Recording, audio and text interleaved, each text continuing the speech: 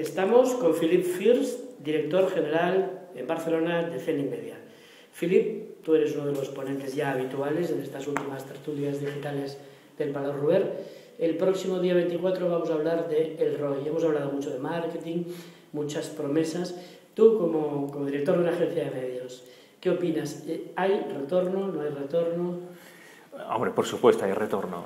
Si no, no se estaría invirtiendo en digital seguro. O sea, retorno hay. ¿Qué es lo que ocurre? Es que es muy distinto. Yo creo que en ese día, cuando tengamos la tertulia, veremos además dos puntos de vista, aparte del mío, de, digamos, realidades o empresas muy diferentes. Y el ROI, digamos, no va a ser lo mismo para Privalia, que han tenido la amabilidad de aceptar y estar en esa tertulia. Pues no es lo mismo el ROI para Privalia, que Privalia seguro que nos va a decir que tiene ROIs, porque si no, Privalia hubiera cerrado, y sabes que Privalia funciona además muy bien.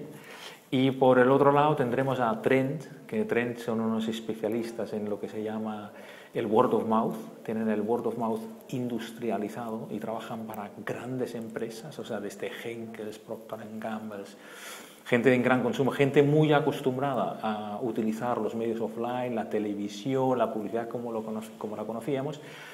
Y ellos en el word of mouth, que tiene mucho que ver, ¿verdad?, con el digital también, veremos, digamos, una persona que nos va a hablar de cuál es el ROI en lo que es el boca a oreja, un poco que lo que está tan en boga en este momento, enfocado, como veremos, ella va a comparar, me parece, el ROI del word of mouth en digital y el ROI del word of mouth que está fuera del digital. Y vamos a ver seguramente pues, datos comparativos. Va a ser muy interesante.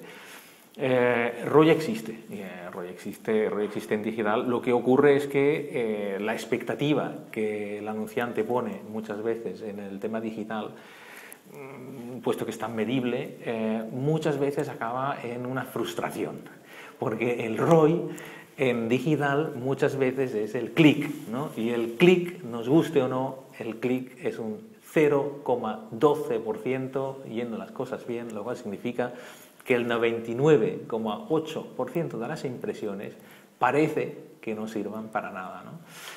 Hablando de display, pero bueno, me estoy enrollando mucho, pero ya ves que el tema me gusta, el ROI me gusta y ROI existe.